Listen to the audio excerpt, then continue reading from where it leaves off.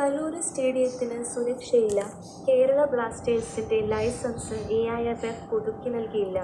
Indian super league club Kerala ബ്ലാസ്റ്റേഴ്സിന്റെ licence all India football federation പുതുക്കി നൽകിയില്ല. 2025 മുതൽ 26 വരെ സീസണിലേക്കുള്ള ക്ലബ്ബ് ലൈസൻസാണ് പുതുക്കി നൽകാതിരുന്നത്. ഹോം ഗ്രൗണ്ടായ കലൂർ സ്റ്റേഡിയത്തിന് സുരക്ഷയില്ലെന്ന് ചൂണ്ടിക്കാട്ടിയാണ് നടപടി.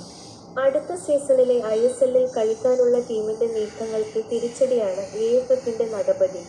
2025 മുതൽ 26 വരെ സീസണിന് മുന്നോടിയായുള്ള ക്ലബ്ബ് ലൈസൻസ് പ്രക്രിയയിലാണ് ബ്ലാസ്റ്റേഴ്സ് പരാജയപ്പെട്ടത്.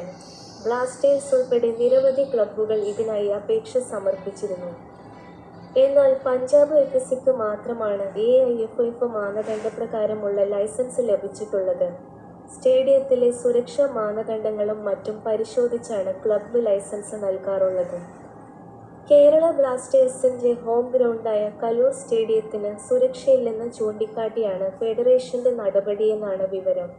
സ്റ്റേഡിയത്തിന്റെ ഉടമസ്ഥരായ ജിസിഡിഎ ആണ് ഇക്കാര്യത്തിൽ വീഴ്ച വരുത്തിയതെന്നാണ് ക്ലബ്ബ് അധികൃതർ വ്യക്തമാക്കുന്നത്. സ്റ്റേഡിയത്തിൽ സൗകര്യങ്ങൾ ഒരുക്കേണ്ടത് ക്ലബ്ബിന്റെ ഉത്തരവാദിത്വമല്ലെന്നും ക്ലബ്ബ് വിശദീകരിക്കുന്നു. ക്ലബ്ബിന്റെ നിയന്ത്രണത്തിലുള്ള കാര്യമല്ലെന്നും എന്നാൽ വിഷയത്തിൽ പരിഹാരം കാണാനുള്ള ശ്രമങ്ങൾ നടത്തുമെന്നും ബ്ലാസ്റ്റേഴ്സ് പ്രസ്താവനയിൽ അറിയിച്ചു.